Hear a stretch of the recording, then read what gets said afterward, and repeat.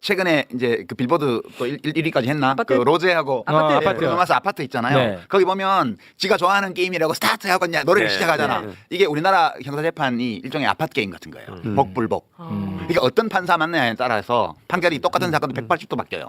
예컨대 한명숙 총리 같은 경우도 1심에서는 완전 무죄였거든요. 돈을 받았다는 증명이 없기 때문에 증명이 없는 사건이어서 두 번째, 세 번째 쟁점은 논하지 않는다. 이게 1심 판결이었어요. 네네네. 2심에서는 전부 유죄로 했고 대법원 가서 전부 유죄가 됐어요.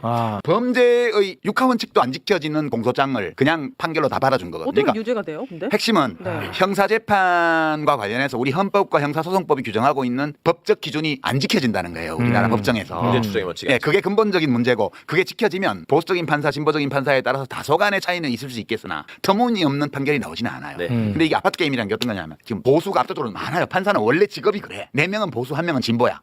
그러니까 아파트 게임을 한다고 생각해봐요. 그리고 씩씩청 이렇게 하면 확률 20%로 무죄, 확률 80%로 유죄예요. 이 아파트 게임 어디 걸리냐에 따라서. 네. 일부러 뭐 누구한테 특정 판사한테 사건을 배당하고 이렇게 안 해도 확률적으로 그렇게 돼 있어요. 이게 있기 때문에 검찰이 그렇게 많은 기소를 하는 이유가 조국 재판 때도 그랬고 기소 때도 이재명 기소도 마찬가지인데. 잘만 걸리면. 우리 검찰도 눈이 나빠. 김학의 얼굴도 못 알아보고 막 그러잖아. 귀도 어두워.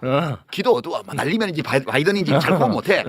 이런 검찰이 사냥을 하는 거야. 그 어떻게 사냥을 황새처럼 하는 거지. 황새는 되게 멸종한 제일 중요한 이유가 눈이 어두워서 먼바닥 같은 데서 대충 쑤시는 거야. 한 10번 쪼는 중에 미꾸라지 한 마리 들어오면 살아가는 거야. 그러니까 수십 건을 기소를 하는 이유가 뭐냐. 범죄 사실 수십 개를 조국 때도 했고 이렇게 하는 이유는 어느 하나만 걸려도 이재명은 아웃이에요. 그렇죠. 그러니까 5건을 기소해서 그중에 어느 하나라도 성공하면 이재명을 아웃시킬 수 있는 거예요. 그래서 5건을 기소를 한 거죠. 이게 우리나라 정치 검사들의 수법이고 이것이 성공하는 매번 성공해요. 거의 대부분. 대부분 성공하는 이유는 내가 볼 때는 8대2 비율로 아파트 게임에서 승패가 정해져 있어요. 네. 그러니까 이재명 대표의 미래가 굉장히 어두워요. 지금.